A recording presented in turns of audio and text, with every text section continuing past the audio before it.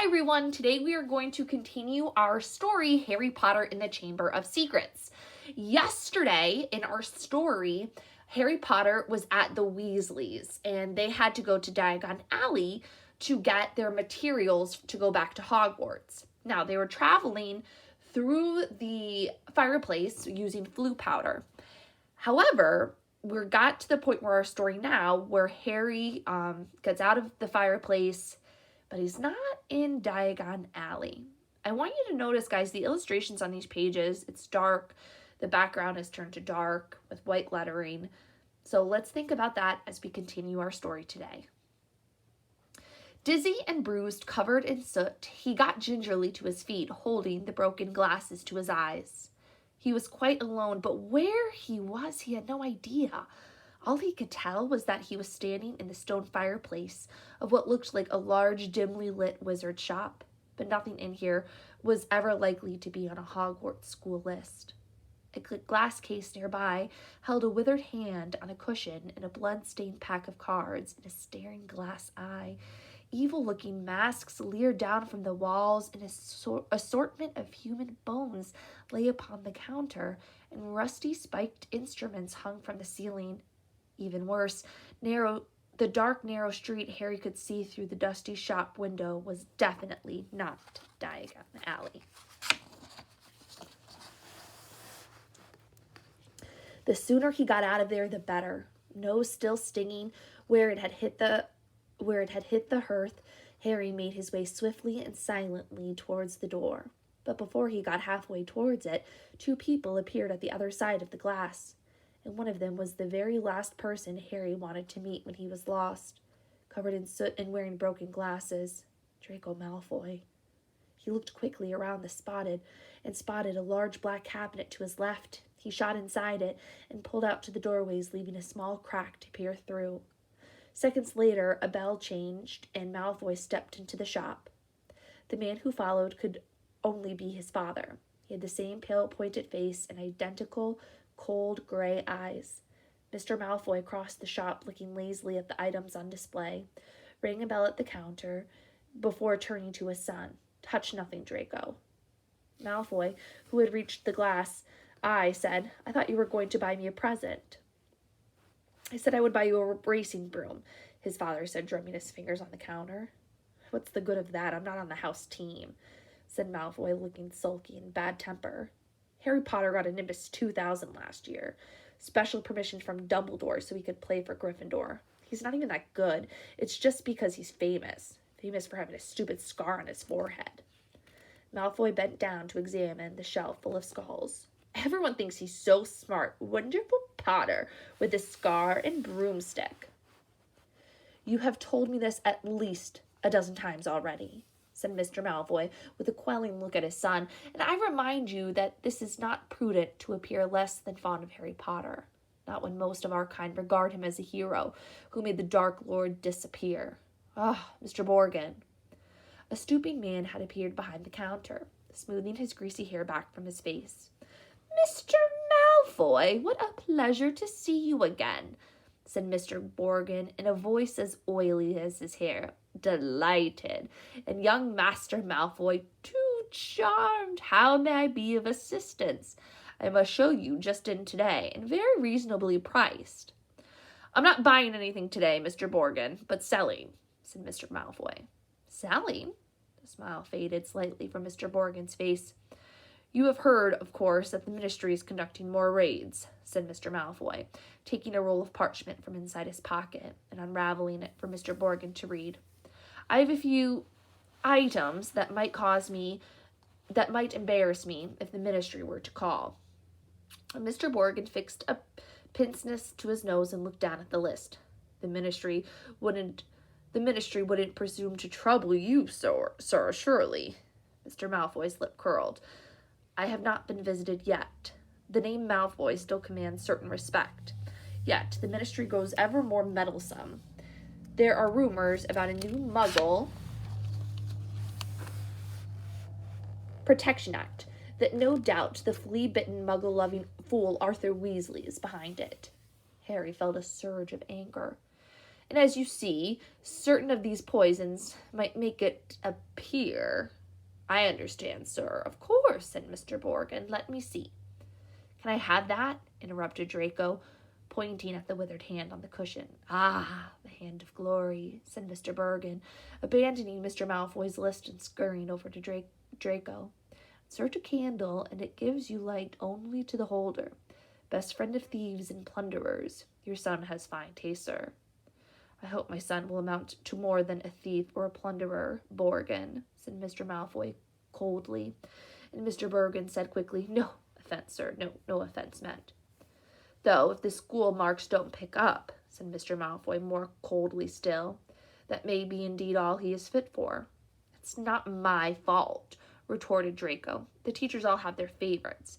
That Hermione Granger. I would have thought you would be ashamed that a girl of no wizard family beat you in every exam, snapped Mr. Malfoy. Ha, said Harry under his breath, pleased to see Draco looking both abashed and angry. It's the same all over, said Mr. Borgin in his oily voice. Wizard blood is counting for less everywhere. Not with me, said Mr. Malfoy, his long nostrils flaring. No, sir, not with me, said Mr. Borgin in a deep bow. In that case, perhaps we can return to my list, said Mr. Malfoy shortly. I am in something of a hurry, Borgin. I have important business elsewhere today. They started to haggle. Harry watched nervously as Draco drew nearer and nearer to his hiding place, examining the objects for sale. He paused to examine a long coil of hangman's rope to read, smirking at the card. Propped on the magnificent necklace of opals, Do Not Touch, cursed, has claimed the lives of 19 Muggle owners to date. Draco turned away and saw the cabinet right in front of him. He walked over and stretched his hand for the handle. Done, said Mr. Malfoy at the counter. Come on, Draco. Harry wiped his forehead on his sleeves as Draco turned away. Good day to you, Mr. Borgin. I'll expect you at the manor tomorrow to pick up the goods. The moment the door closed, Mr. Borgin dropped his oily manner. Good day yourself, Mr. Malfoy.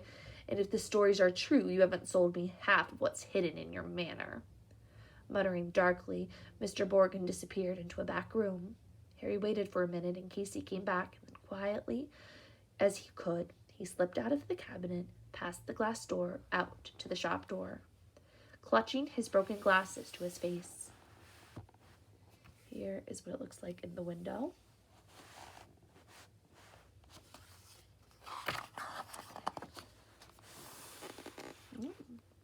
Who do we see coming down the alley, boys and girls? He stared around. He had emerged into a dingy alley that seemed to be made up entirely of shops devoted to the dark arts. The ones, like the one he'd just left, Borgin and Burke's, looked like the largest, but opposite was a nasty window display of shrunken heads, and 2 doors down a large cage was alive with gigantic black spiders. 2 shabby-looking wizards were watching him from the shadow of a doorway, muttering to each other. Feeling jumpy, Harry set off, trying to hold his glasses straight and hoping against hope he'd be able to find his way out of there. An old wooden street sign hanging over the shop selling poisonous candles told him he was in Nocturne Alley. This didn't help, as Harry had never heard of such a place. He supposed he hadn't spoken clearly enough with a mouthful of ashes back in the Weasley's fire. Trying to stay calm, he wondered what to do. Not lost, are you, my dear? Said a voice in his ear, making him jump. An aged witch stood in front of him, holding a tray of what looked like whole human fingernails. She leered at him, showing mossy teeth. Harry backed away. I'm fine, he said. I'm just... Harry! What do you think you're doing down here? Harry's heart leapt, and so did the witch. A load of fingernails cascaded down over her feet, and she cursed at the massive form Hagrid. The Hogwarts gamekeeper came striding towards them, beetle-black eyes flashing over his great bristling beard. Hagrid! Harry croaked in relief. I was lost. Flue powder. Hagrid seized Harry by the scruff of his neck and pulled him away from the witch, knocking the tray right out of her hands. Her shrieks followed them all the way along the twisting alleyway into the bright sunlight. Harry saw familiar snow-white marble buildings in the distance. Gringotts Bank. Hagrid had sneered him into Diagon Alley. You're a mess, said Hagrid gruffly, brushing the soot off Harry so forcefully that he nearly knocked him into a barrel of dragon dung outside the apothecary's. Sulking around Knockturn Alley, I don't know. Dodgy place.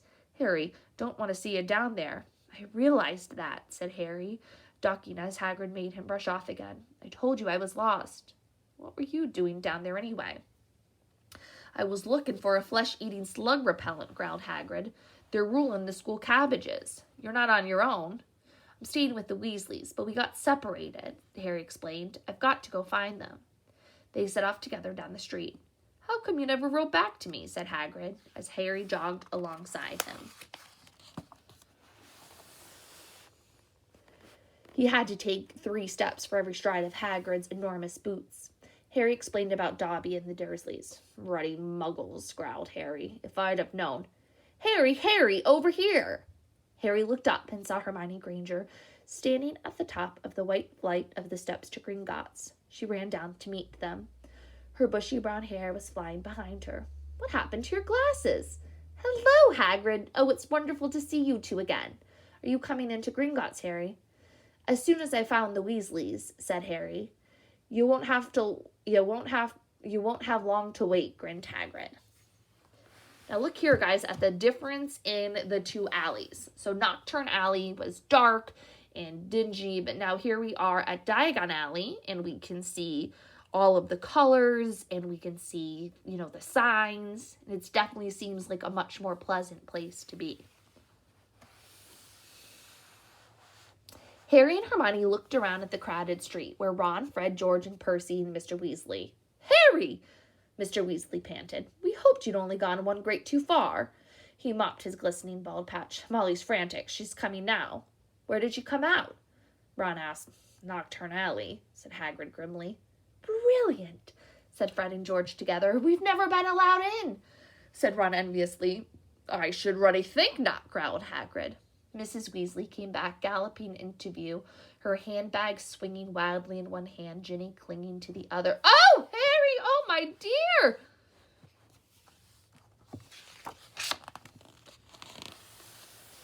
You could have been anywhere.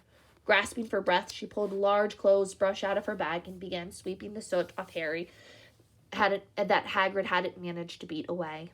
Mr. Weasley took Harry's glasses and gave them a tap of his wand and returned them good as news. Well, got to be off, said Hagrid, who was having his hand wrung by Mrs. Weasley.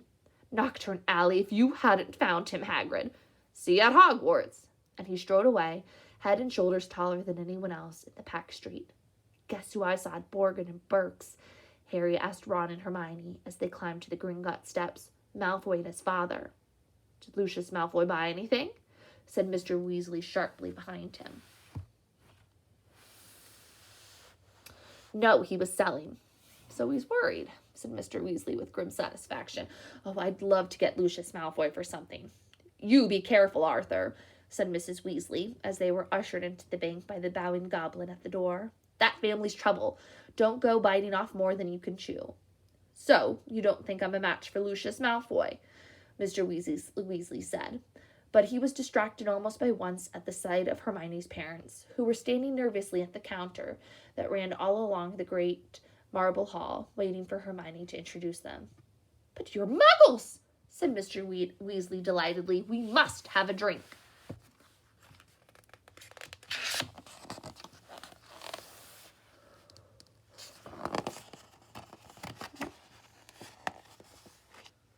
What's that you've got there?